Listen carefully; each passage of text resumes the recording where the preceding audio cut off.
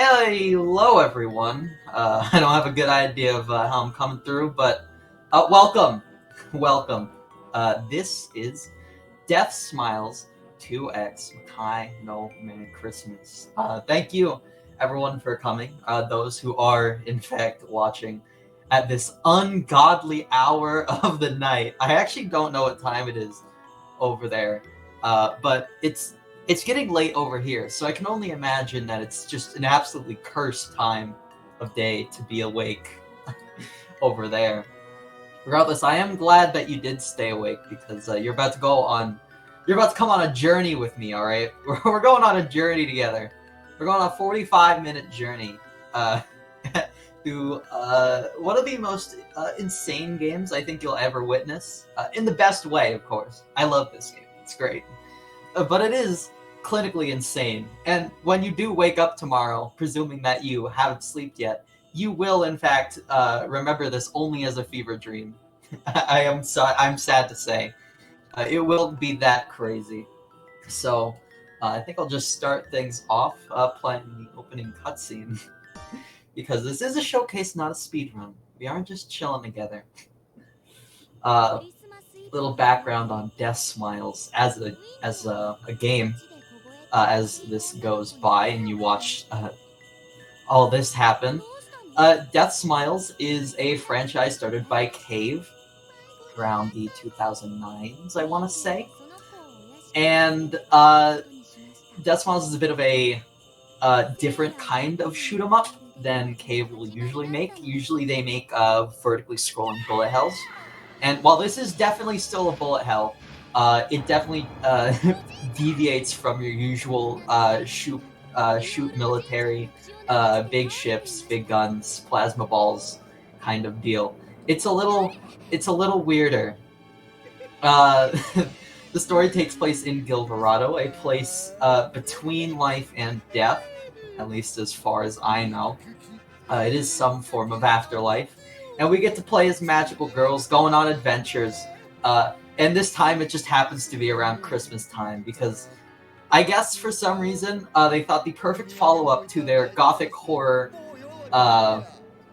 experience was an anime Christmas episode, which to be fair did get us Deathsmiles too, so I'm not complaining too much, but it is a very interesting choice to make. So, as you just saw there, our caretaker has been murdered by a small child at the hands of Satan Claus. Yes, his name is Satan Claus. Make sure to keep that one in mind. And there's going to be a lot to explain here in the opening. I'm going to be real. Not a lot of all this gameplay is going to make a lot of sense until like halfway through the run when I've explained everything. So, sit tight. I assure you, I promise you'll understand, or at least I'll do my best to make you understand. But I think we can start out with our timer if you would like. So, I'll get you to count down in 5, 4, 3, 2, 1, go! So we're going to be going with Follett because Follett's very special. She's one of the highest scoring characters in the game, not the highest scoring character in the game. That's Lay over here. But Follett's coming up at a close second. It's because of her familiar. Familiars are very important in this game, as you'll come to see. She gets a big old flamethrower that just spews out pickups, and these pickups are very important for scoring. Now, as we come to stage select, you'll see we've got 3 levels here.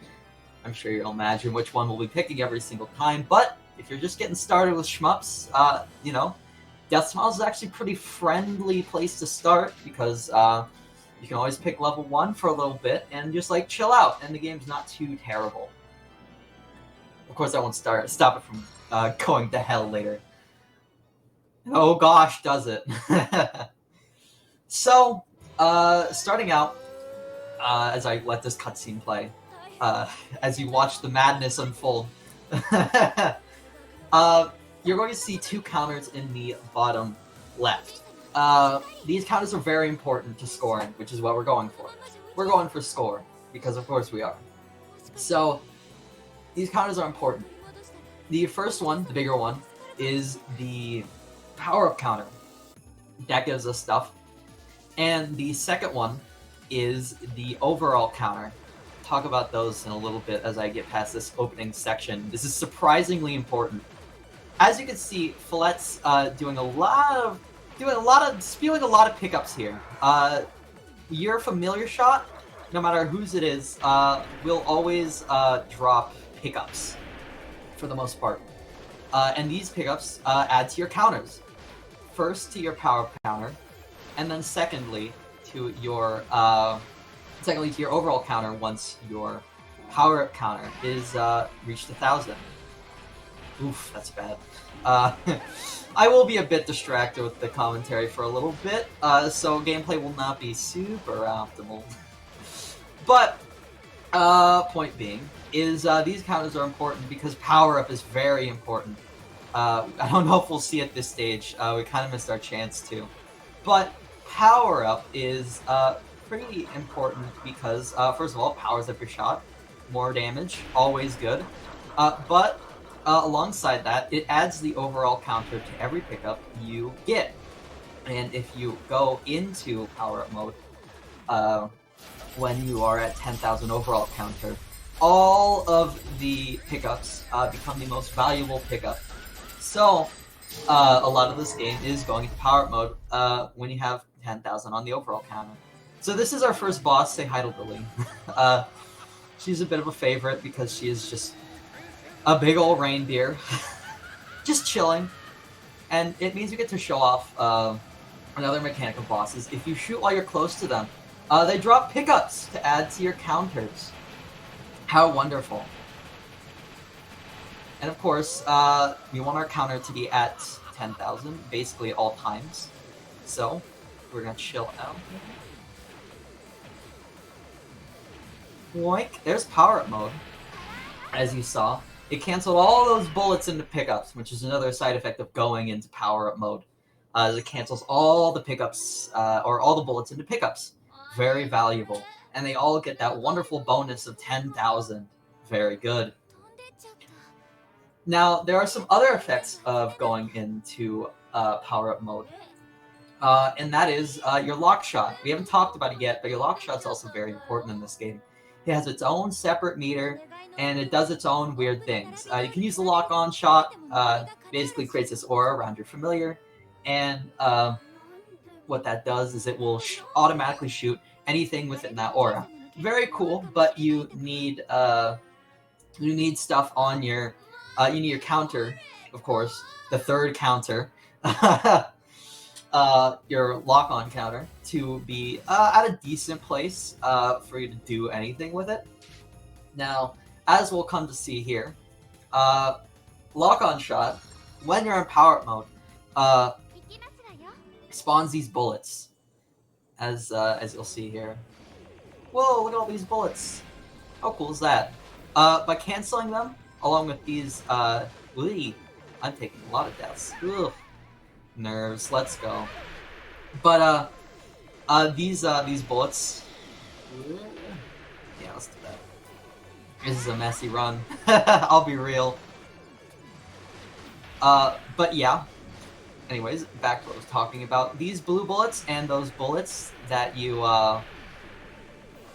spawn from, going into lock shot, they all cancel into bullets when you either go into lock shot or out of lock shot, respectively, like that.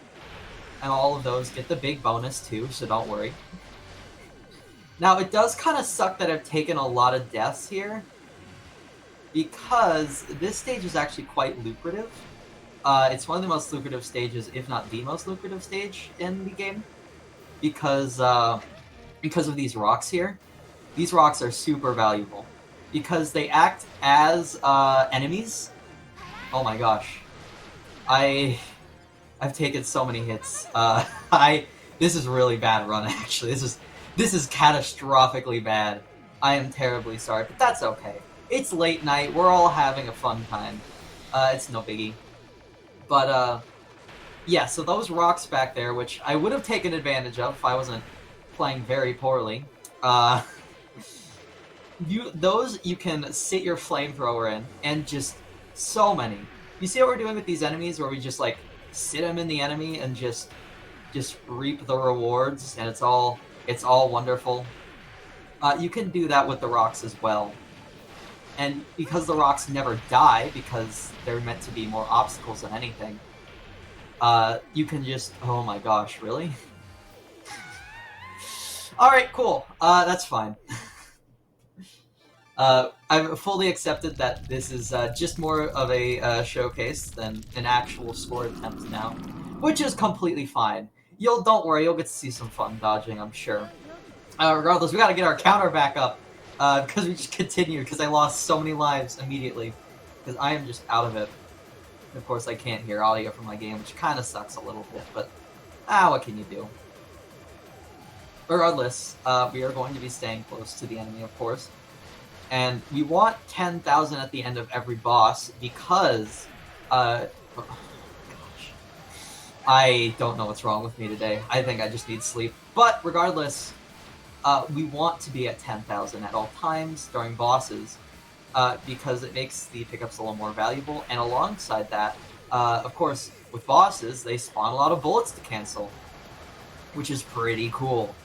There's also a tertiary reason you would want to do it, not one that we are going to meet this time around, because I've played so poorly. But by the end of the game, if you have killed every single boss with your lock shot, and you haven't continued yet, you can fight the true last boss, the TLB. And he's very hard and very scary, but thankfully, we're not going to be seeing him today because I am just bad at the video game today, unfortunately, which happens. Anyways, it's power-up time, and you'll get to see a few more bullets this time around, and hopefully we'll handle this a little better. Already looking a lot better so far. And these blue soul bullets that you see appear whenever I kill something in power-up mode, yeah, they are a menace. They are an absolute menace in this game. They are surprisingly random, and they will catch you off guard at the worst of times. It's real bad. And it's the cause of most deaths when you're going for score, just because they can just come at a weird angle that you weren't expecting. And it's just like, oh darn. Well, and because they move so fast when they just spawn, oftentimes they can completely catch you off guard and give you very little room to do any dodging. Especially if the screen is already very cluttered with all sorts of other bullets, which is usually the case. Worry not. We're gonna go power-up mode, and this is a much better showcase of what scoring usually looks like when you're not failing miserably. Oof. It's a lot of managing your lock-on counter and bouncing between lock-on shot and not so lock-on shot, as you spawn bullets with either type and then cancel them out by either going out of or into lock-on shot while you're in power-up mode, of course. As so. Now, in order to keep our meters up, as you'll see here, what we do is right at the end of power mode, because it does have a timer, which is what that 1000 counter is for, is to count down, keep track of your shot. So, right when that comes to an end, we make sure we have a bunch of those blue soul bullets on screen, so we can quickly go into lock-on shot, cancel them, and then power-up mode immediately ends right after, which gives us a lot of huge high-value pickups that will skyrocket our counter right back into a very favorable position. This is the game's other famous boss. Hello, Tamakos. Tamakos is very mean. Don't listen to his subtitle. He can be very mean with his patterns. They're not entirely deterministic. You can do quite a bit to make them a lot more manageable, but sometimes you just get You just do not get favorable patterns, and it is very unfortunate. Luckily, it looks like we're doing a lot better of a job now that we're out of the first 2 levels. We are now officially chilling.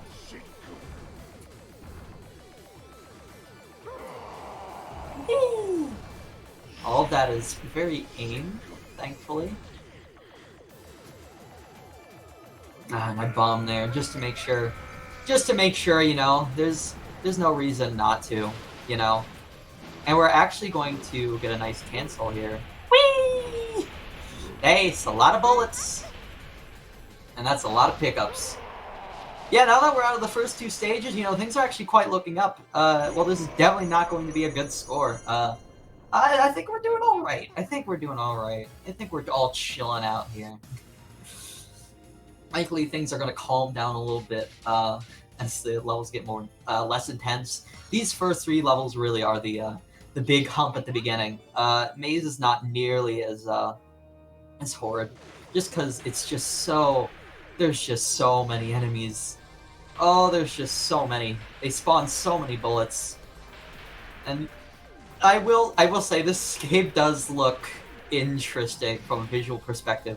If you haven't noticed already, there's a very strange 2.5D kind of thing going on. This is actually Cave's first game to ever attempt this art style. And it actually received a lot of criticism at the time, which is a shame, because I think this game actually looks quite nice. But it received a lot of criticism at the time because a lot of the animations are actually quite janky. As much as I do love the way this game looks, it is a very odd-looking game. We can just like here, because a lot of the time, you can cancel enough bullets on screen to get you up to 10,000 prematurely, which will still take you into those very nice scoring positions, and take another silly death, which is fine. Dying and bombing in this game is a lot less punishing than it is in the original Deathsmiles. The original Deathsmiles is very, very punishing with its scoring mechanics, which I'm just not going to go into because it would require so much more time, and you would have no visuals to go off of for me to explain it with. But rest assured, it is very punishing, and in the latter half of the game, you literally cannot make a mistake, or you lose out on so many points that your score becomes useless. Because Deathsmiles is just one of those games. But Deathsmiles 2 is a lot more forgiving. Taking a death is not too terrible because getting your counters up is a lot easier in this game. Things just spew out pickups like nobody's business. It's a little silly. It's a little overwhelming in all the best ways, I'd say. But it is a lot. And I do think a lot of this visual clutter isn't unique to Deathsmiles. In fact, it's a proponent of a lot of shmups with scoring systems. Whew! That was almost really bad. But in Deathsmiles 2, because of the weird mishmash of 2D sprites and 3D models, it can get a little bit overwhelming to watch. I will admit, as much as I do love it, it's quite a bit to look at. Which, hey, that just gives you more cool things to look at, I'd say. Whee! We're doing it again. Thankfully, things are actually going very well now that we've gotten out of the first 2 stages. Even if it was a bit of tragedy at first, we're actually doing very well for ourselves. If I hadn't completely botched everything on those first 2 levels, it would be, I think things would be a lot worse. Honestly, I would be actually really enjoying this run if I didn't completely botch those first 2 levels, which, oh well. This also unfortunately means we are not going to EX stage, which is fine. Quite frankly, I'm a little too tired to go through the EX stage. It is not as hellish as Deathsmiles 1, which has such a horrendous, just such a horrid extra stage that it's not even worth playing. I mean, it is worth playing because it is very lucrative for a score, but it does make me question my sanity and my it does make me question my abilities as a shmup player fairly often, and is definitely not fun. It's a lot more fun in this game. Unfortunately, we're not going to be seeing it, or maybe we will. I actually don't know. Will we see it? Will we not? I forgot the criteria to meet to get there, so I'm sure we'll find out eventually. Regardless, you'll start seeing these walls that have started to form. These walls of stars, or like four-pointed Danmaku. This is Death Mode. It is a carryover from the original Deathsmiles, though it has been changed drastically. In Deathsmiles 1, it's a lot different and way more brutal in that game. In this game, it's just a few walls of bullets. Now we meet my favorite boss, with the best name, Bigot. We love Bigot here. God bless you, Bigot. So sad whoever named you. But he's actually not too terrible boss. I do think he's probably the hardest boss out of the first stages, though. Discounting, of course, EX and the final stage, which we should be coming up to soon. Most because of this pattern here, which I'm going to focus up for. Mad chillin'. And this one here. Nice. As per usual, very easy and free. Let no one tell you otherwise. Yeah, no, wow. Woo! That's actually really good. That's really good. If I had continued, I'd be having such a great day today. But alas. Now, of course, we got another cutscene to go through as we talk it out. And a funny story about the localization of this game. This game actually just got localized last year, end of last year.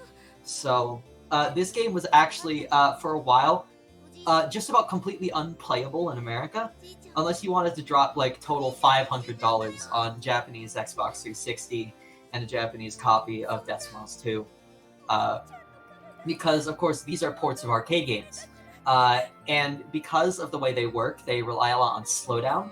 Emulating them is virtually impossible because the emulators will run them at full speed, which is really not good and not how these games were meant to be played.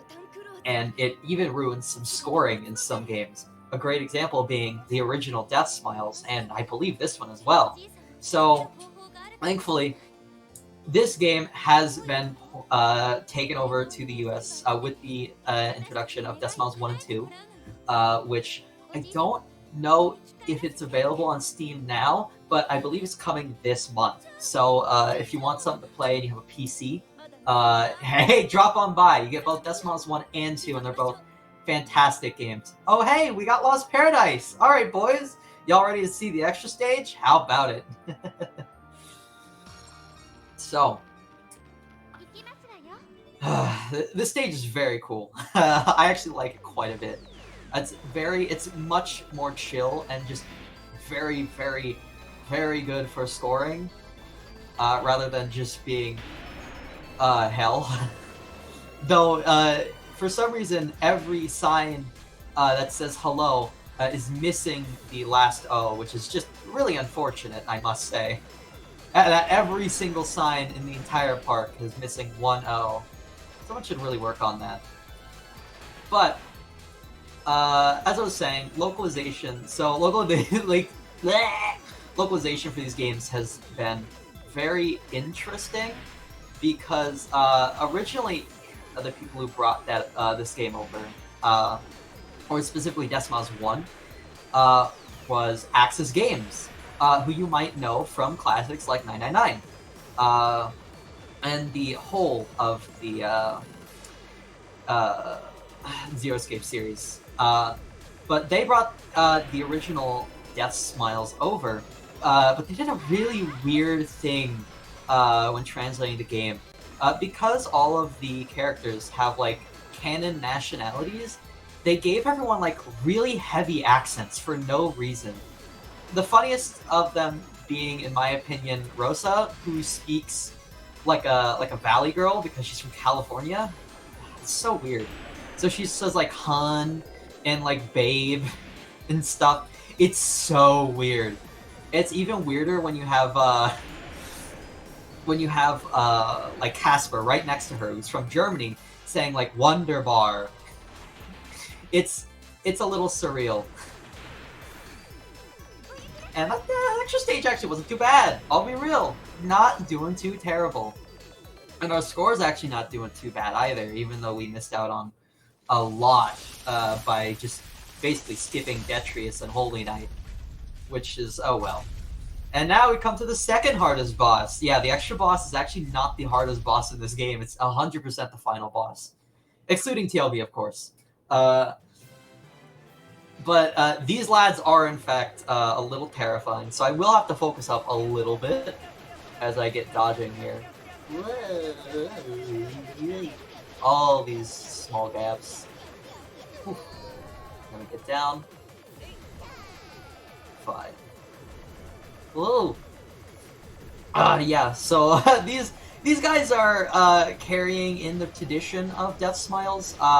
For some reason, it's a thing for the extra bosses to be a 2-on-1 battle. I earnestly don't know why that was a decision, or why that's a thing, but it is. Oh, please give me a gap. Thank you! Whew.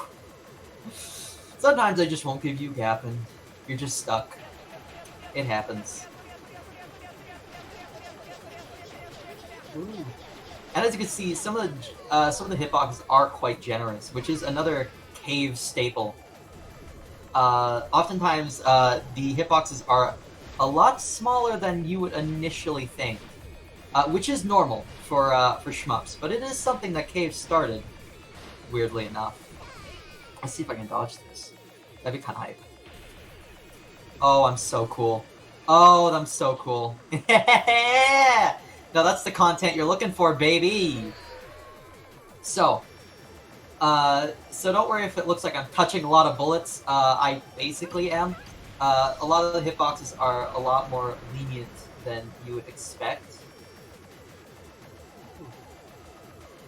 Jeez. And of course this is high stress. So I will focus up. Woo!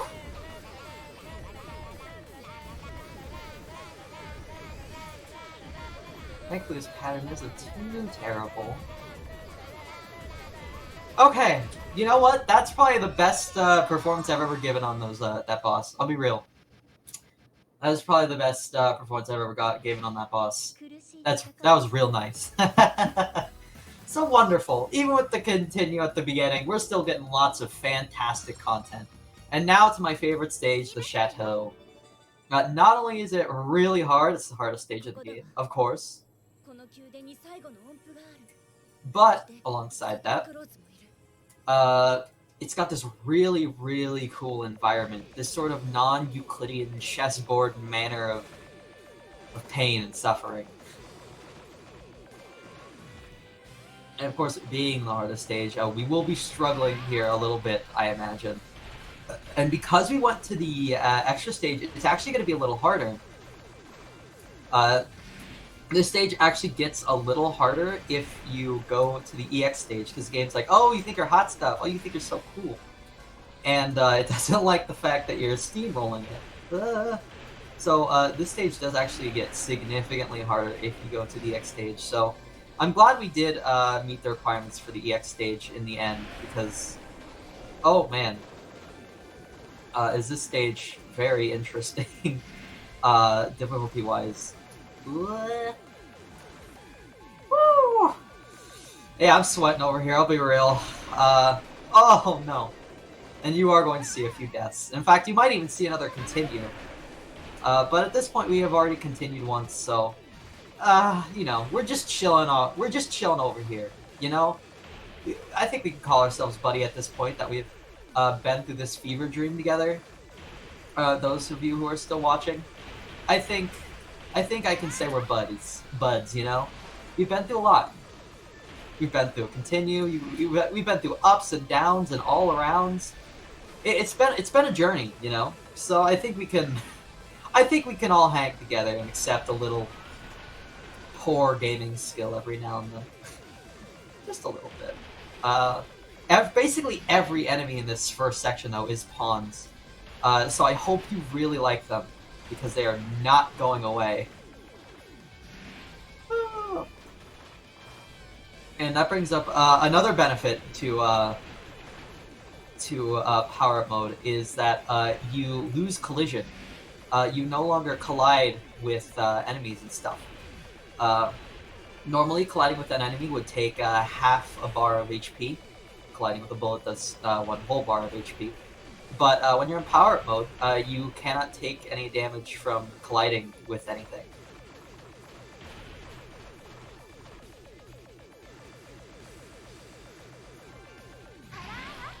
Okay, so let's chill. Let's chill. Get lots of pickups from these guys. Do some dodging. Now that's what I call dodging, boys. I'm not sweating, you're sweating. Ooh, this latter half of the game is going to get rough. Especially with the upcoming final boss, which is the fabled Satan Claws. So don't worry if you missed them. Don't worry if you missed them. We'll be seeing him again, and he will be kicking our butt. I can all but confirm we're going to continue again, because I do not have the resources to get through him. On a normal 1cc run, where I actually do make it, I'm usually coming into this room with, I don't know, like 4.5 lives, 4 lives, full counter, maybe even an extra bomb if I'm lucky. So we're in dire straits, I'll be real. We're in dire straits, but I believe in the dream. I hope you do too. Maybe it's a miracle. Who knows? Maybe we'll be experiencing a Christmas miracle.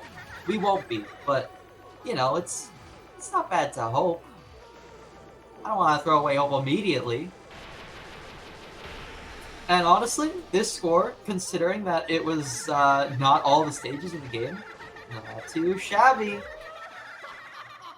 Hey, look at him. He's dancing. Satan Claus is very, very interesting.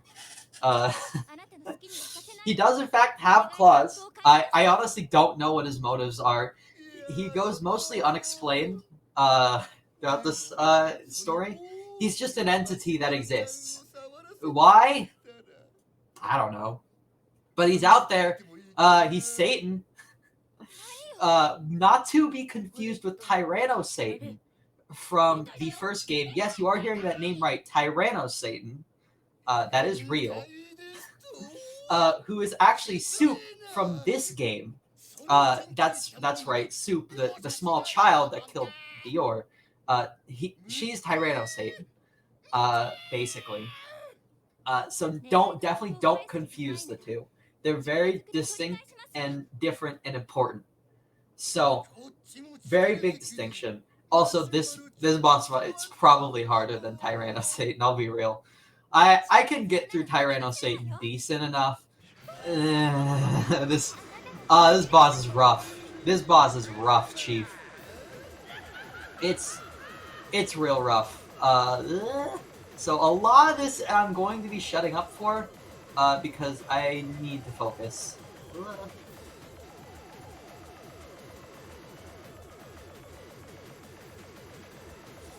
That works. Thankfully, we're doing pretty well so far. Usually that pattern goes a lot worse. Usually it goes a lot worse. Especially when I'm sleepy and tired. This pattern's... I don't know what to tell you. I wish I could tell you that I knew how to dodge this. I do not. But I'm doing an okay job.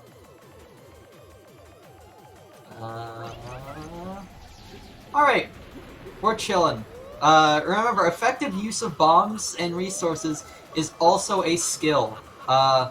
It might not sound like it, but you would be surprised. A lot of people starting out with shmups are very reluctant to use their resources because they want to save it for something.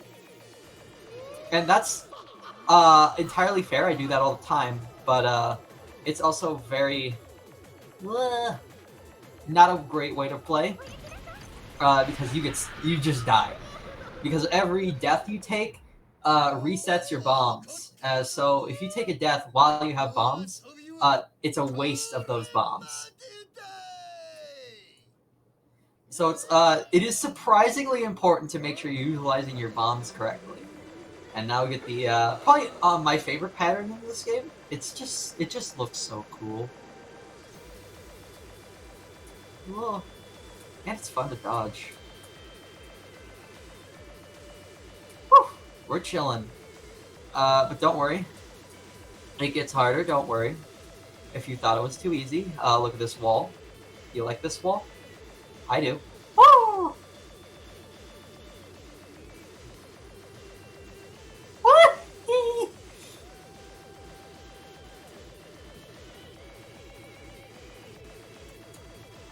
Wow.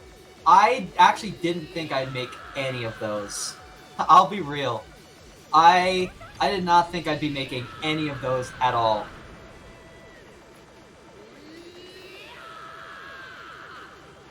Ugh, unfortunate. That's fine. We're chilling. I've actually never seen this pattern before. Usually I kill him before now. So we're going on a little journey, chat. We're seeing some new content that I usually never see. Oh! Hello. Yeah, that's normal. Doing a little blind dodging for you. How nice is that? See, we all get to have fun even if we're failing. This last pattern sucks though. I'll be real, this last pattern's absolute potatoes. I don't... It's real bad.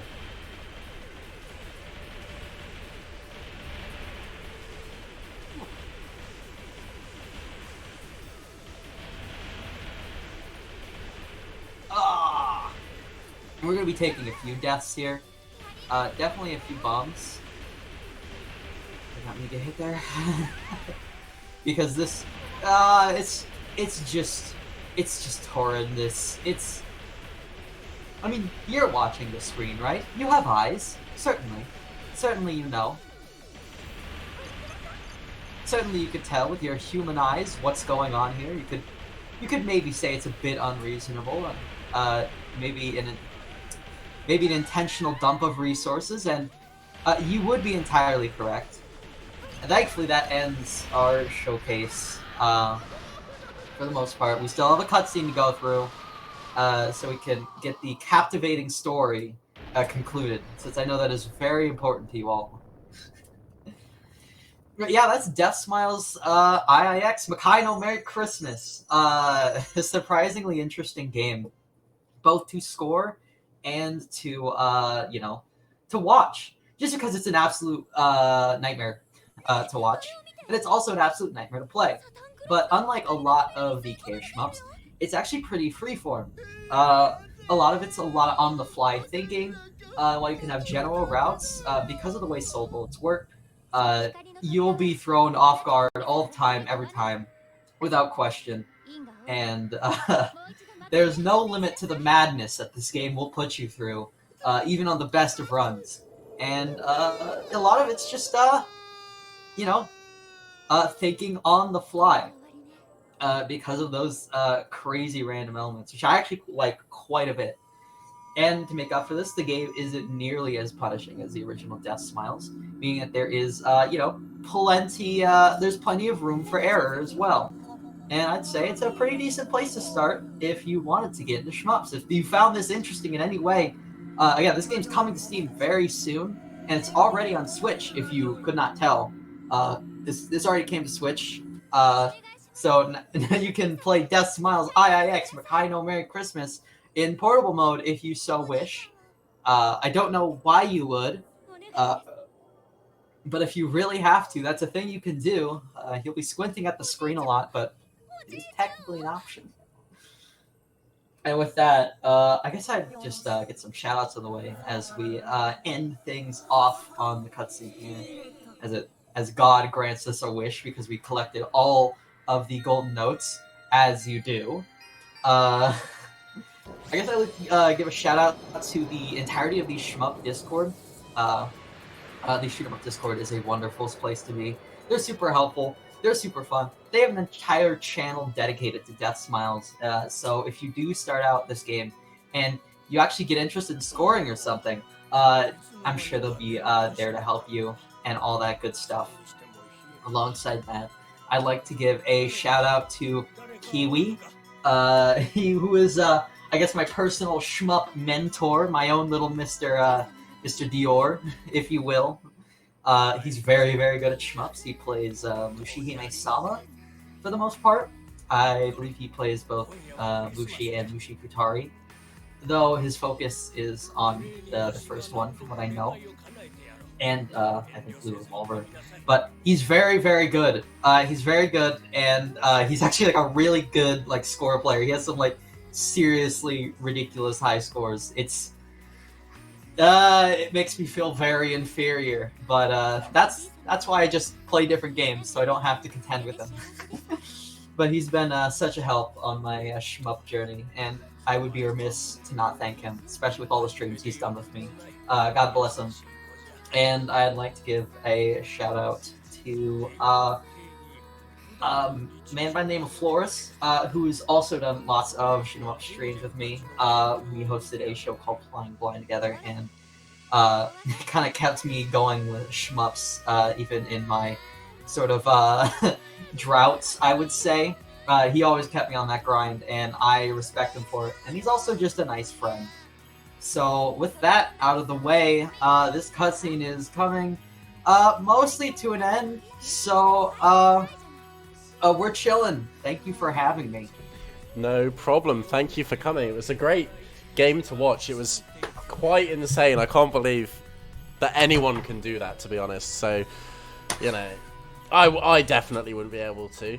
But yeah, thank you for coming. I'm going to go to a quick break again now. We'll be back in about an hour because I am going to bed. And then at, well, 8 a.m. our time, the stream will come back. We're live from the Esports Centre at Warwick with, I believe it is Haven. So stay tuned for that. It is in about an hour.